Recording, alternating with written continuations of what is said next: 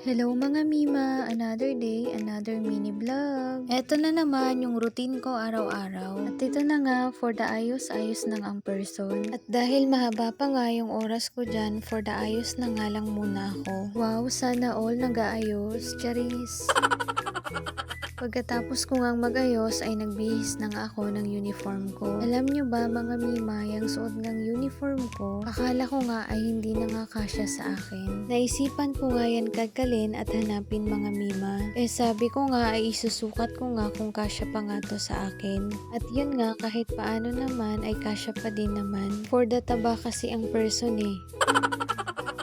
Pagkatapos nga ng 100 times na pag-aayos ay natapos na nga ako. Buti na nga lang ay nakasakay na ako agad ng tricycle. May time kasi mga Mima na nalilate nga ako dahil medyo wala ngang dumadaan na tricycle. Aba naman, syempre kapag makupad na talaga yan. Huwag na ba ipilit yung mga bagay na hindi na pwede? Charis! Eme-eme lang, naku naman day, at nagdadrama ka na naman talaga.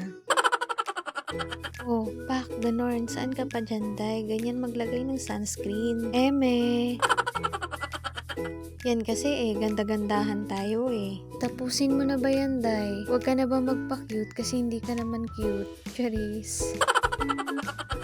Pagkatapos ko ngang maglagay ng sunscreen ay sinunod ko na nga yung pulbo. Hindi naman ako mahilig mga Mima maglagay ng kung ano-ano sa mukha ko. Dahil kahit anong lagay nga natin dyan, hindi pa rin yan magbabago dahil mukha mo pa rin yan. Eme, walang ganon.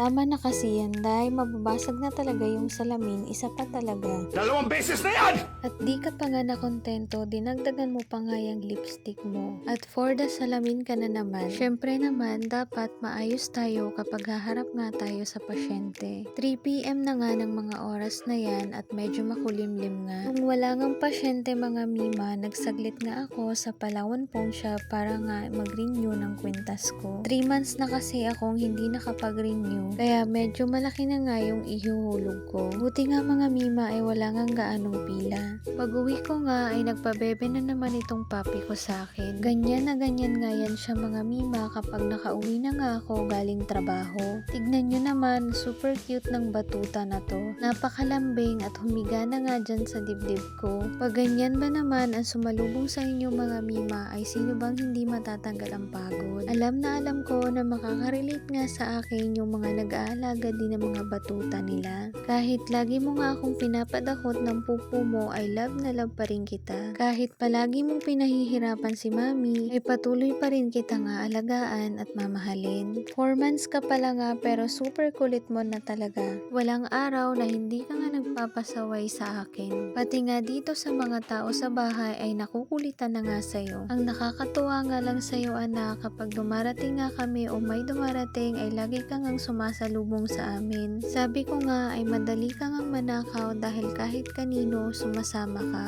At dahil pabebe ka nga kay mami ay pagbibigyan nga kita. Yun lang muna mga Mima, bukas ulit. Thank you for watching!